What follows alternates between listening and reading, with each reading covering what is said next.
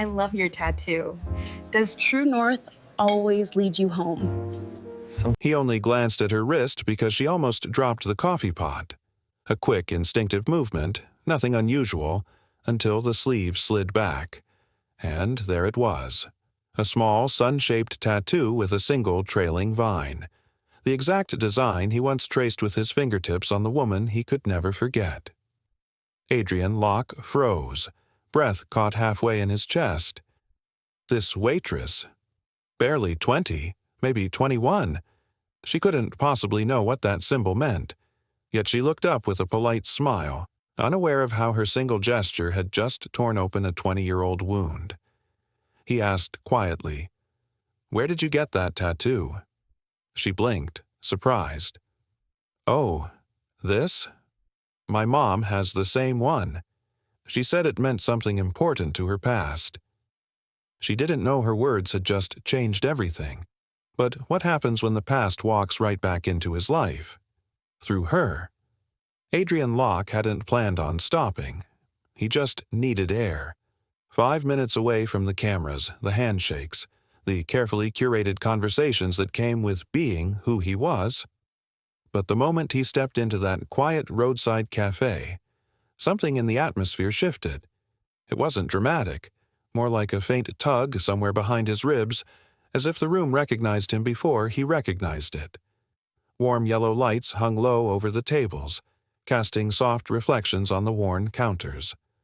A slow song hummed from an old speaker. And then she appeared. The waitress approached with a practiced, gentle smile, tucking a stray strand of hair behind her ear as she balanced 2 mugs of coffee. She looked young, but carried herself with a kind of calm that didn't belong in a place meant for rushed travelers. Adrian watched her longer than he intended. Maybe it was the way she moved, quiet confidence, light steps, or maybe it was something else, something he couldn't name yet. She set the mugs down at a nearby table, apologized softly to a customer for the wait, and for a brief second, sunlight from the window caught the curve of her cheek. He almost looked away. Almost. But when she turned and walked toward him, her sleeve shifted. Just a fraction. Just enough for him to see the edge of a familiar shape inked into her skin. He felt his heartbeat stutter. The sun and vine tattoo, the same design he once traced on another wrist 20 years ago, in a life that felt like it belonged to someone else. His throat tightened. His chest went hollow. For a moment, the cafe noise faded like someone had turned down the world's volume. She didn't notice him staring. "Table for one?" she asked, voice warm but distracted. She glanced at the messy menu in his hand, not at the way he was trying to steady his breathing. "Yes," he managed quietly. "Just something small." His voice didn't sound like his own. She smiled again, the kind people offer when they've repeated the same line 100 times during a shift. "We have a good soup today, homemade." He nodded, not caring what he ordered. "That's fine." As she walked away, he tried to regain control. This had to be a coincidence. Tattoos repeat, designs overlap. He told himself that once, and when it didn't work, he told himself again. But the way his hands trembled under the table betrayed the calm he was trying to fake. When she returned with water, he forced himself to speak. "Has this place been here long?" he asked, casual, like someone who genuinely cared about diners off the highway.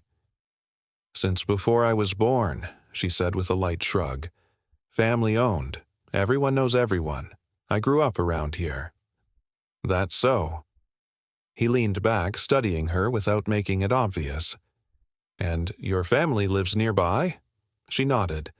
"Just me and my mom now." He felt a tiny fracture in his composure. "Your mom?" he repeated, hoping he sounded neutral. "Yeah," she said, wiping the table beside him. "She's private. Doesn't like going out much."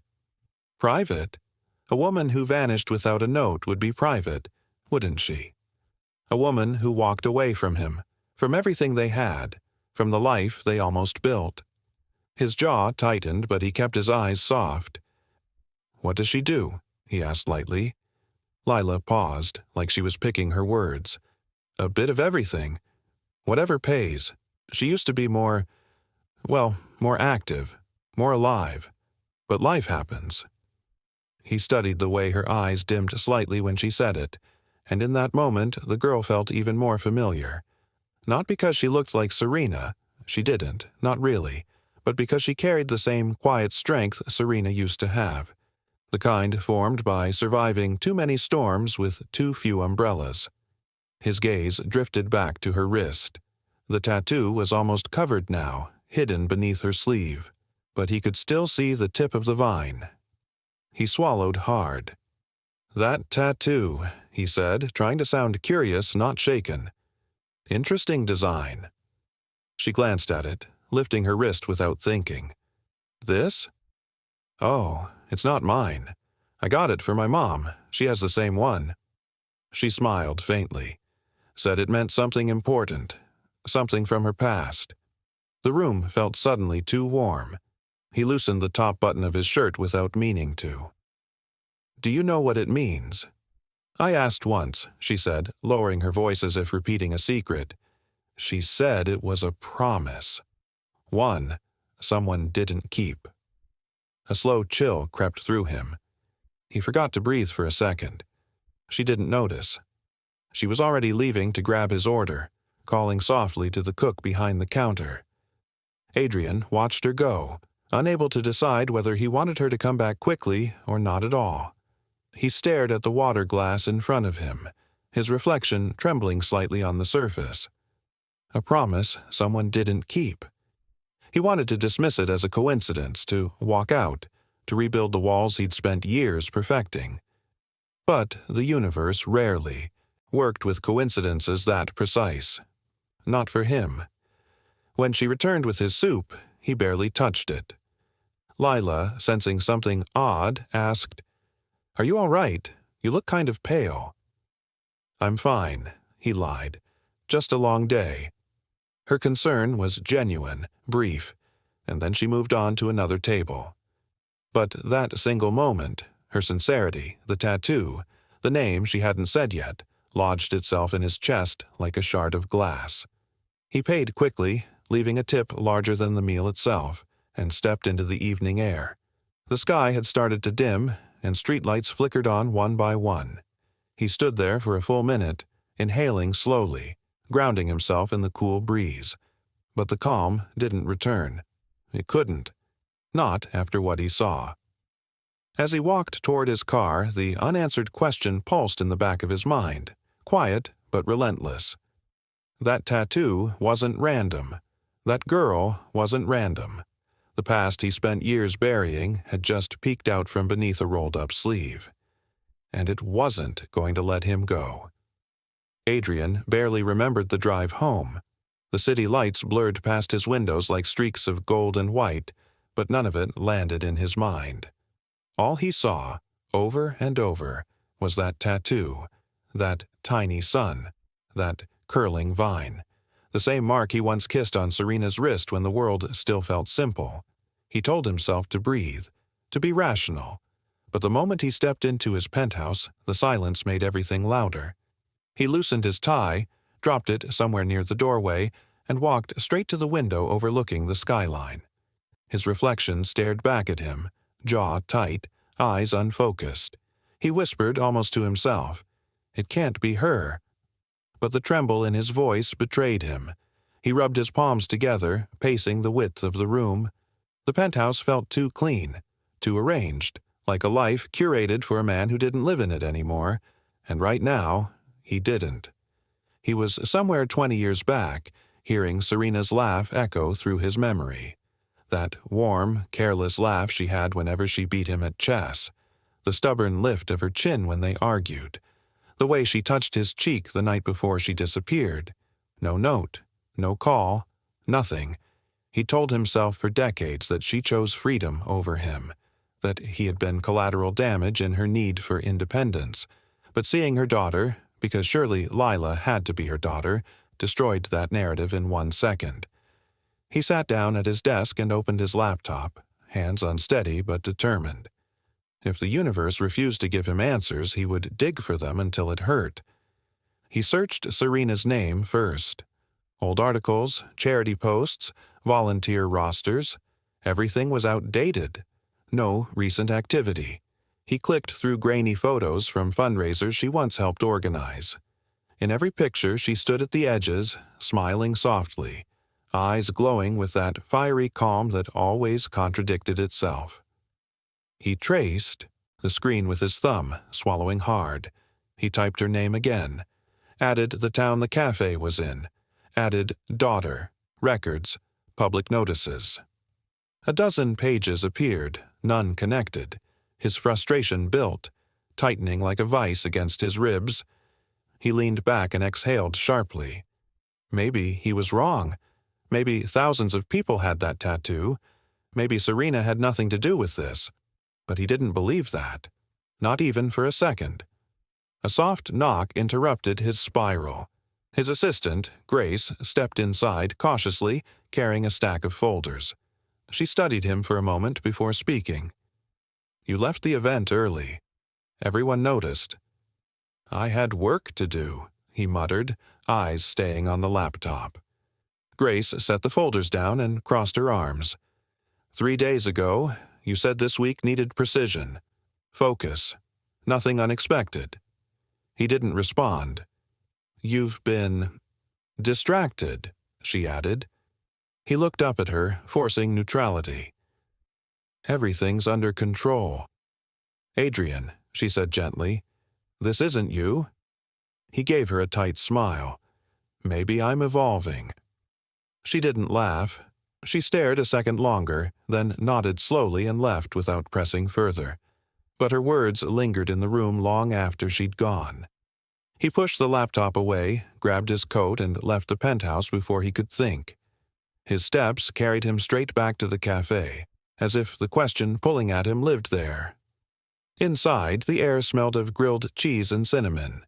The lights were softer at this hour. A couple sat in the corner sharing fries, and behind the counter was Lila. She looked up and blinked. "You're back?" Her voice wasn't suspicious, just curious. Adrian forced a relaxed expression. "I needed coffee." "That's a first," she teased lightly. "People usually stumble in here because they're starving or lost." He managed a faint smile. "Maybe I'm both." She poured him a cup, sliding it across the counter. As she did, her sleeve shifted again, revealing the tattoo fully.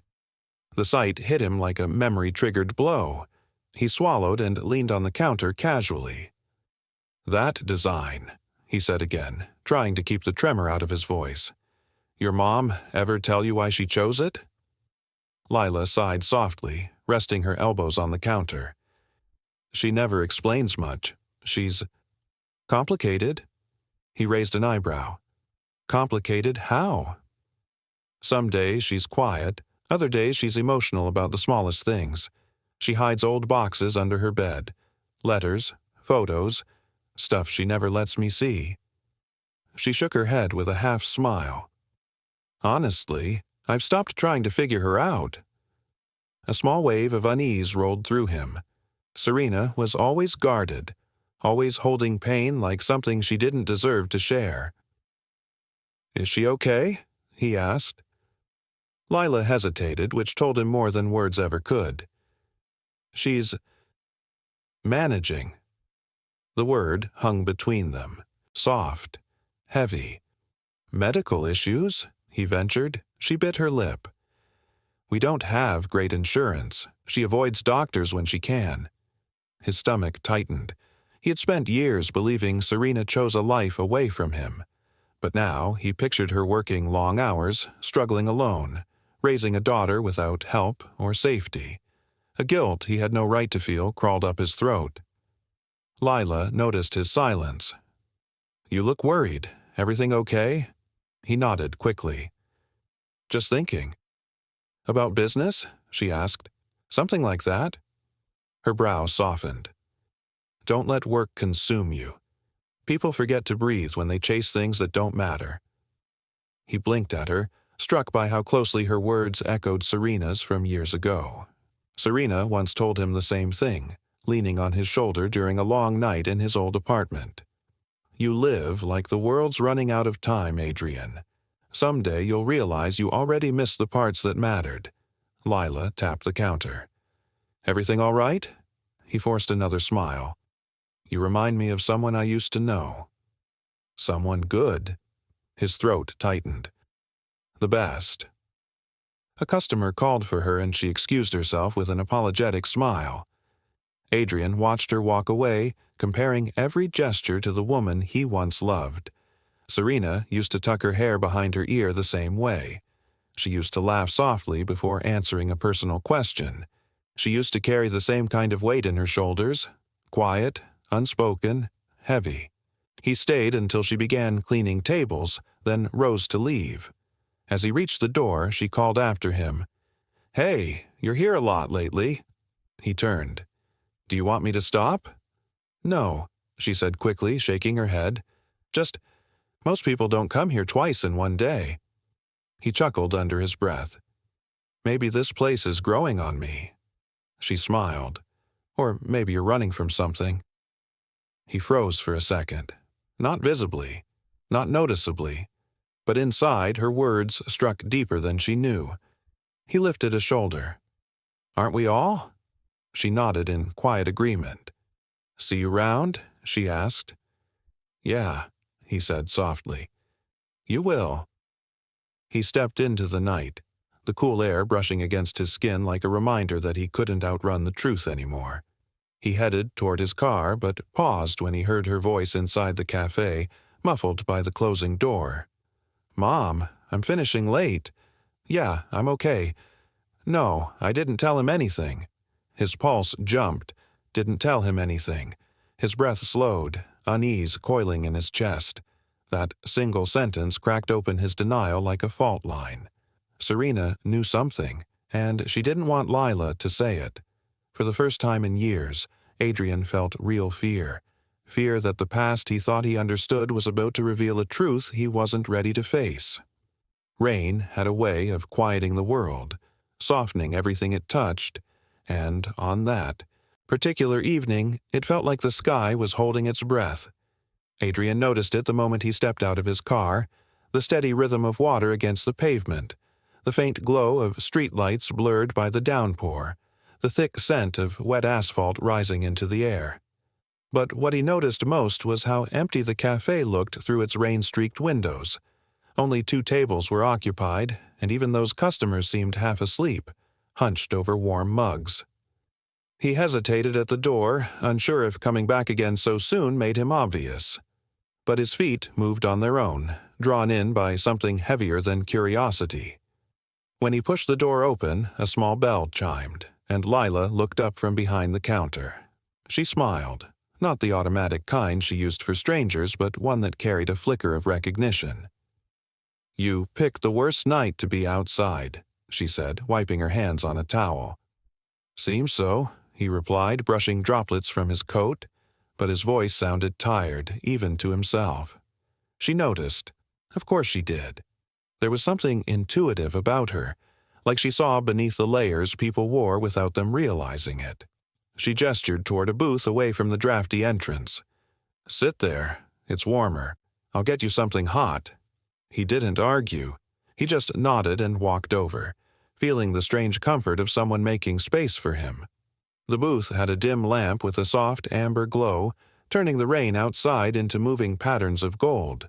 For a moment, he simply sat there, letting the quiet fill him. Lila arrived with a cup of tea instead of coffee. "Trust me," she said before he could comment. "You need this more." The steam rose between them, carrying hints of ginger and mint. He lifted the cup, inhaling deeply. "Thank you." "Long day?" she asked gently. "Long life," he murmured without thinking. She laughed lightly, then softened. "You look worn out.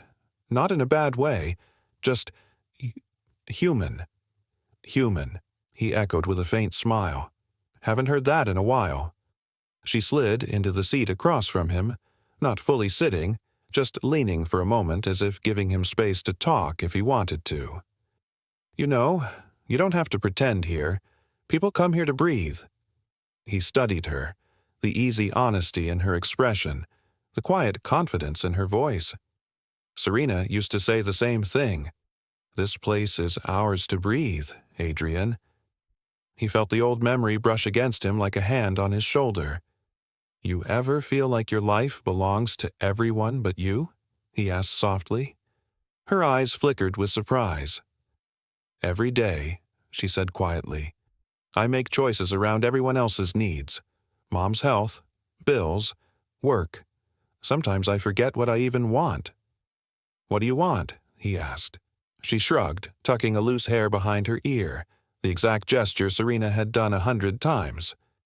Something simple, I guess. A life where I don't have to panic when the phone rings. A chance to travel. Maybe study design one day. She paused, embarrassed. It's silly. It's not, he said firmly. Dreams don't get smaller just because life gets heavier. Her eyes softened at that. And what about you? What did you want before everything got big? The question hit deeper than she knew. He stared at the table for a moment before answering. I wanted peace and time, and someone who made the world feel less sharp. Lila tilted her head. Sounds like you had someone like that. He exhaled slowly. Once. The rain filled the silence between them, tapping gently against the windows. What happened? She asked. He hesitated, choosing each word carefully. I let other people decide what mattered. I let expectations become louder than my own voice, and I lost her because of it. That must have hurt, she whispered. It still does, he said, surprising himself with the honesty.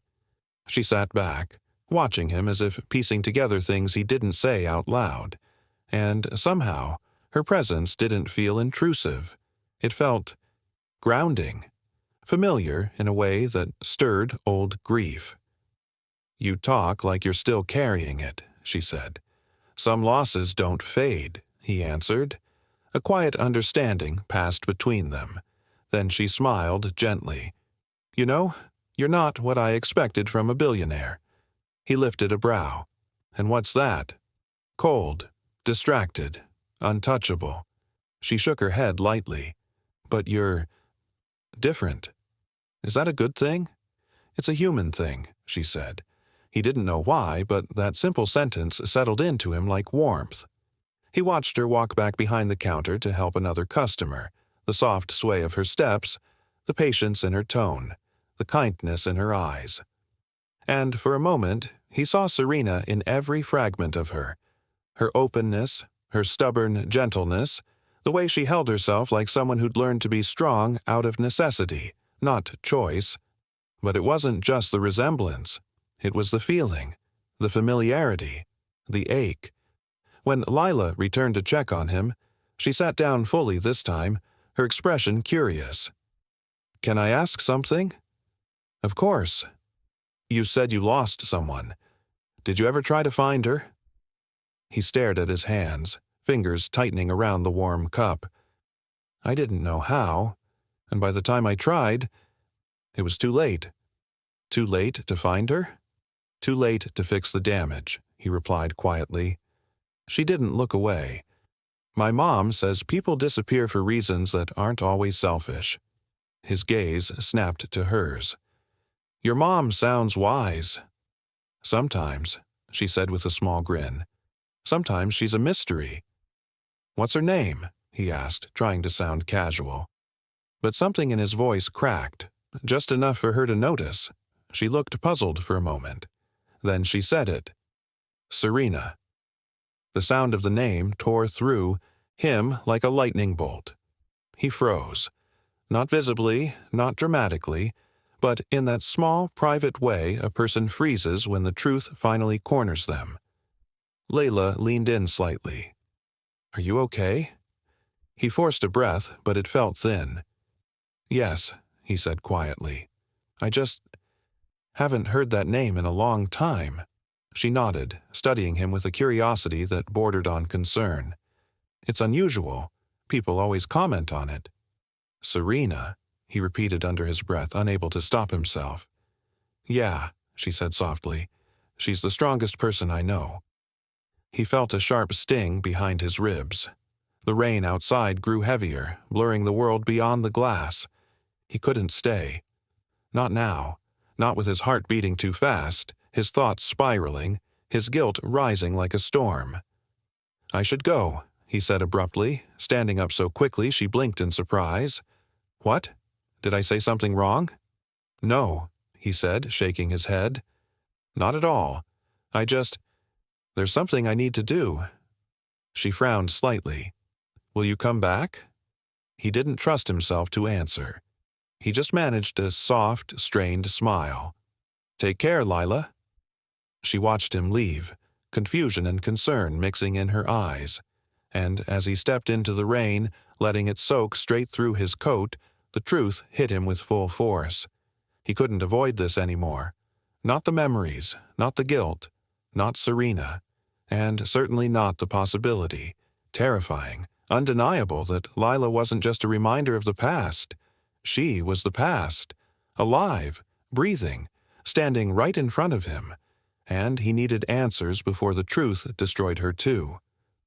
Adrian didn't remember half the drive to Serena's neighborhood. His hands were tight around the steering wheel, knuckles pale, heart drumming like a warning he refused to hear.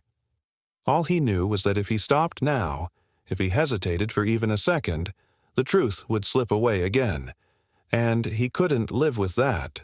Not after seeing Lila, not after hearing her mother's name fall from her lips like a ghost returning to life. The building came into view through the thinning rain. Small, old, the kind of place people lived in because they had no other choice. The paint was fading, the walkway cracked. A lone light flickered above the entrance. He parked slowly, letting the engine idle for a moment, trying to gather breath he didn't feel in his lungs. When he finally stepped out, the air smelled of damp soil.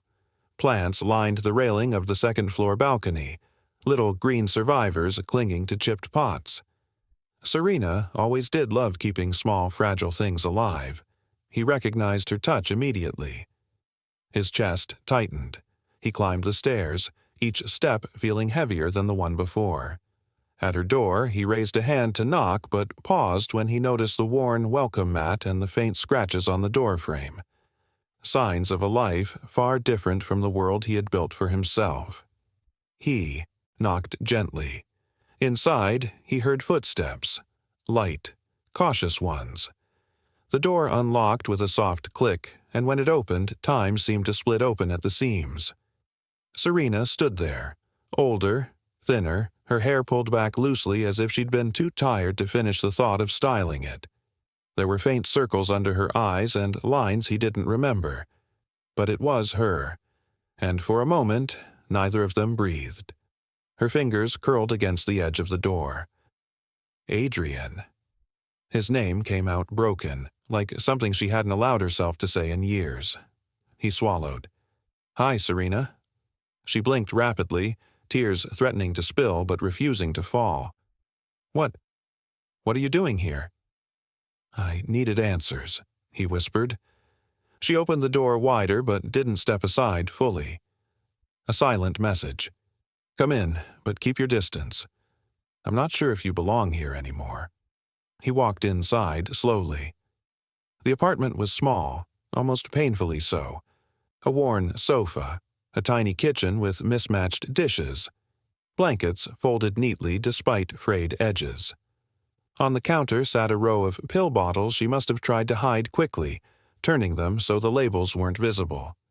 He noticed anyway. She closed the door behind him and leaned against it, arms crossed as if holding herself together. Why now? She asked, voice trembling. After all these years? He turned toward her, unable to tear his gaze away. Because I saw your daughter. She flinched. It was slight, but he saw it.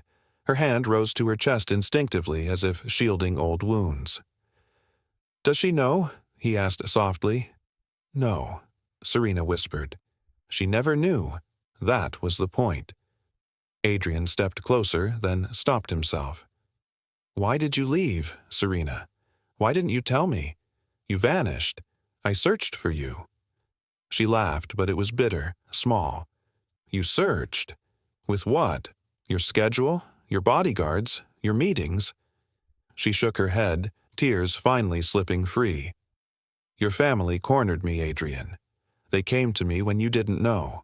Your mother, your uncle. They told me exactly what would happen if I stayed." He frowned. "What are you talking about?" "They said I wasn't good enough for you," she whispered. "That I'd ruin your future, that your company would suffer, that your reputation would be dragged through the mud." Her voice cracked as she pressed a hand to her temple. "And I believed them, because I'd already seen you bending under their expectations." "That's not... Serena, they never told me." "They didn't have to," she cried suddenly. "You were already drifting, already choosing meetings over us, over me." He took a slow step toward her. "I was young. I was scared. But I never wanted to lose you." She closed her eyes. "I didn't want to leave. But I wasn't going to raise a child with your family watching me like a stain on your legacy." The words hit him like a punch. "You were pregnant," he whispered. "And you didn't tell me." "How could I?" she said, wiping her cheeks. "If they hated me, what would they have done to her?" He felt his breath leave him. "You raised her alone." "Yes," Serena said softly. "I worked jobs that broke my back. I skipped meals so she could eat. I hid my health problems so she wouldn't worry. I carried everything alone because I wanted her safe." He lowered his head, every word carving guilt deeper into him. "You shouldn't have had to." "I didn't have a choice," she said. "You had a whole world behind you. I had only her." For a long moment, silence filled the room. Rain tapped against the balcony plants. A neighbor's TV hummed through the wall, and between them, 20 years of pain sat like an invisible weight. He finally looked up. "I saw her tattoo." Serena laughed through her tears. "Of course you noticed. You always noticed everything about me." "It's the same one," he said. "The promise."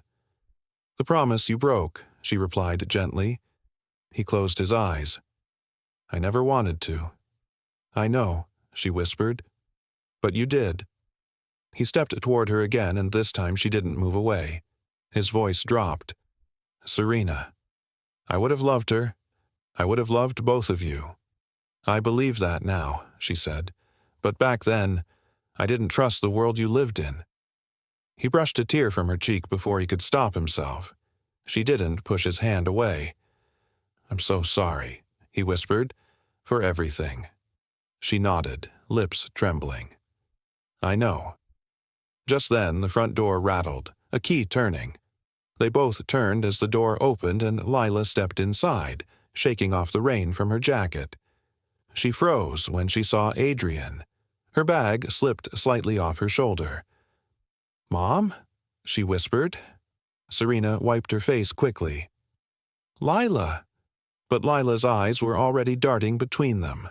The tears on her mother's cheeks, the look on Adrian's face, the tension heavy enough to choke on. She stepped back slowly, voice barely audible. "It's him, isn't it?" Adrian opened his mouth, but no words came. Serena reached out, but Lila pulled her arm away. Her breath hitched. "All this time, you hid him from me?" Serena shook her head desperately. "Lila, I was protecting you." "From what?" Lila whispered, voice breaking. "From my own father?" The word sliced through the room like a blade. Adrian took a step toward her. "Lila, I didn't know. I swear to you, I didn't know." She looked at him with a mixture of anger, betrayal, and something he couldn't name. "Why are you here now? Why come back after 20 years? He tried to speak, but she cut him off, shaking her head in disbelief and hurt. "I need air." And before either of them could stop her, she turned and walked back out into the rain. Serena covered her mouth in a silent sob. Adrian stood frozen, heart pounding, guilt crushing him from every direction.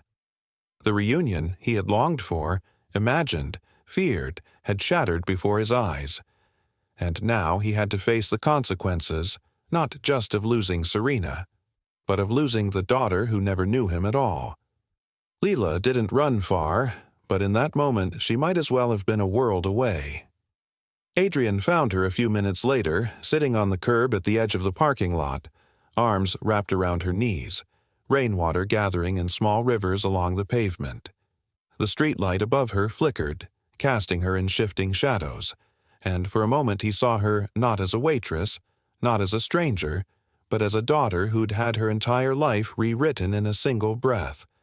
He took a step toward her, then stopped. She didn't look up. She just held herself tighter, shoulders trembling. He could hear her muffled breaths, sharp, uneven ones that came from crying too long and trying too hard to stop. He spoke softly. "Lila, can I sit?" She wiped her cheek with the sleeve of her jacket but didn't tell him to leave. So he lowered himself slowly, leaving a careful gap between them, giving her the space she deserved, even if every instinct in him wanted to close it. For a long moment, neither of them spoke. The only sound was the rain, hitting the concrete in gentle, steady taps. Finally, Lila whispered, "Why didn't anyone tell me?" He swallowed. "Because no one gave me the chance to know either." She flinched at his voice as if it carried weight she didn't know how to hold. "I feel stupid," she said, "like my whole life was missing a page and everyone else knew but me."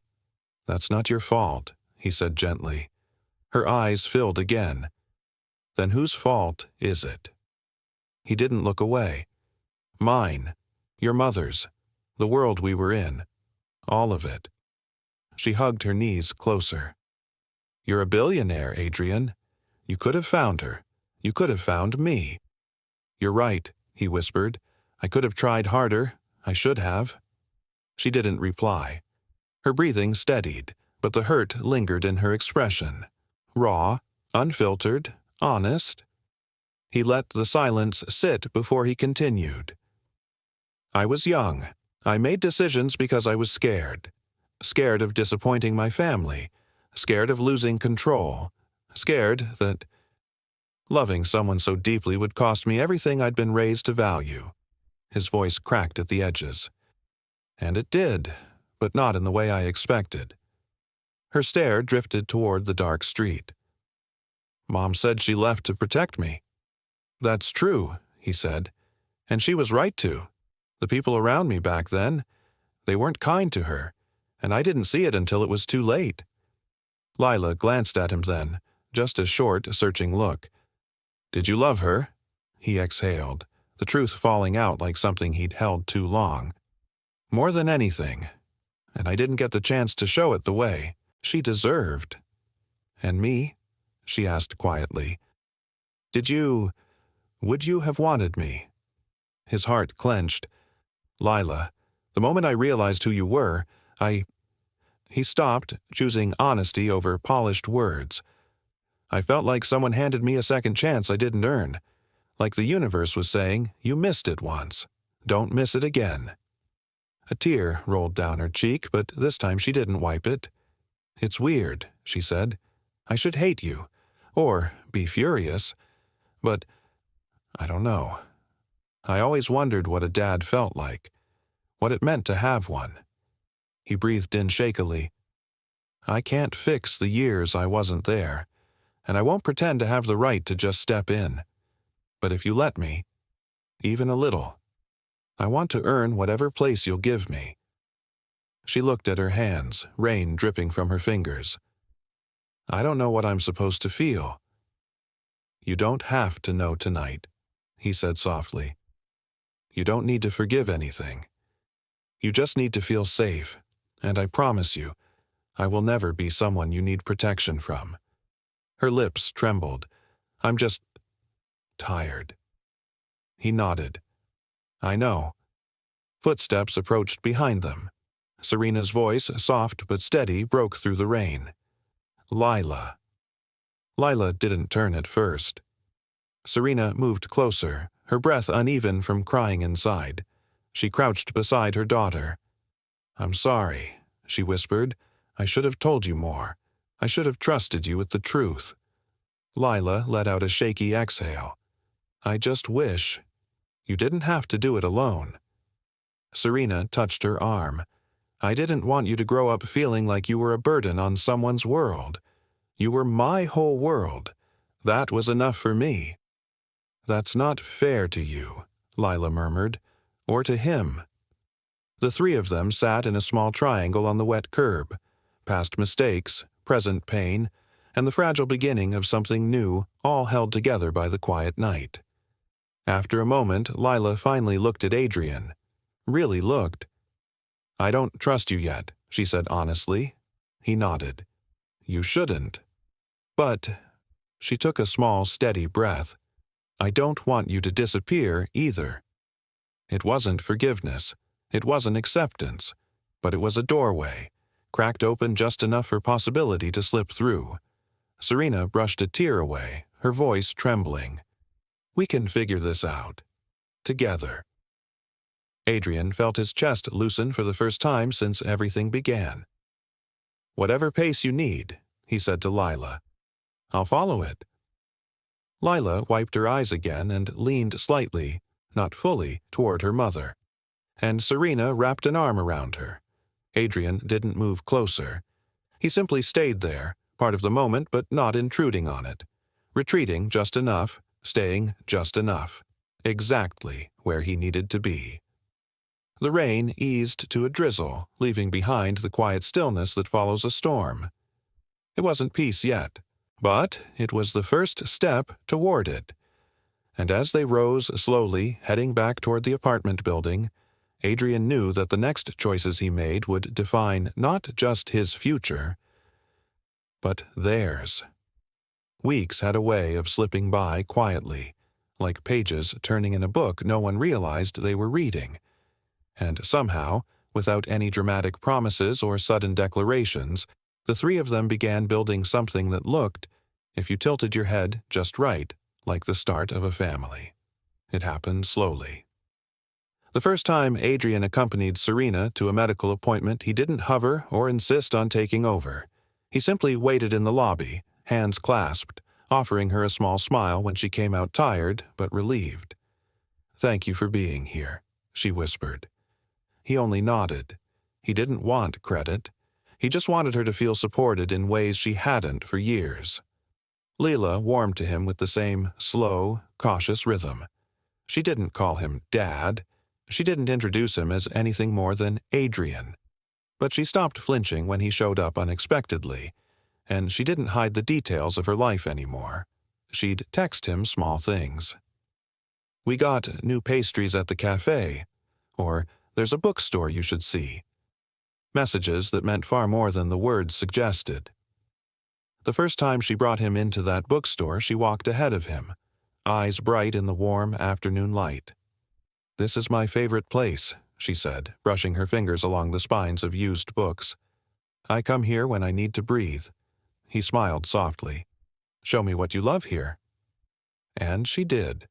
She led him past creaky shelves and mismatched lamps, pointing out stories she cherished, authors her mother used to read to her, illustrations she used to trace with crayons as a kid. Adrian didn't rush. He followed her pace, listening to every detail as if she were teaching him a new language. In return, he invited her into his world, but carefully, gently. Not with luxury or grand gestures, but with sincerity. He introduced her to the small tech lab where he worked with young entrepreneurs. He brought her to a rooftop garden his company funded, a quiet place above the city where he said he went when his mind got too loud. When she looked at him curiously, he murmured, "I never brought anyone here before." She didn't answer, but she smiled in that soft way she had, the kind that said more than words. The biggest step came the night of the charity event, a gala supporting single parents. Adrian had sponsored the entire evening, but he stood off stage, straightening his tie like he was preparing for an exam rather than a speech. Lila nudged him lightly. "You look nervous." "I am," he admitted. "Why?" "You do these all the time." "Not like this," he said quietly. She tilted her head. because of what it represents, because of who I'm standing with. Her breath hitched in her chest, subtle but noticeable. She looked at him, then at Serena seated in the audience, her hair neatly pinned, eyes shining with pride she couldn't hide. "You'll do fine," Lila whispered. He didn't know if she meant the speech or the life that came after it. Maybe both. When the lights dimmed and he walked onto the stage, he didn't list numbers or statistics. Instead, he spoke about choices, how some are forced, some are painful, and some change lives in ways no one sees. He spoke of courage that goes unnoticed, sacrifices made in silence, and the strength it takes to raise a child alone. And though he didn't say her name, he looked at Serena when he delivered his final line. Some heroes don't wear capes. Sometimes they wear exhaustion and still smile at their children. Serena covered her mouth, emotions overwhelming her. Lila reached for her hand, squeezing it gently. After the event, they found a quiet hallway away from the crowd. Adrian leaned against the wall, exhaling deeply. Lila stood beside him, arms folded lightly. "You did good," she said. He turned to her. "You think so?" "I know so." They heard soft footsteps. Serena approached, slower than usual, the weight of the night settling into her tired shoulders. "It was beautiful," she murmured. "All of it." Adrian nodded. "It was for you, both of you." For a moment, all three stood in silence, sharing a space they never thought they'd occupy together. Then Lila reached out, not fully, not dramatically, but enough for her hand to brush lightly against Adrian's. A quiet gesture.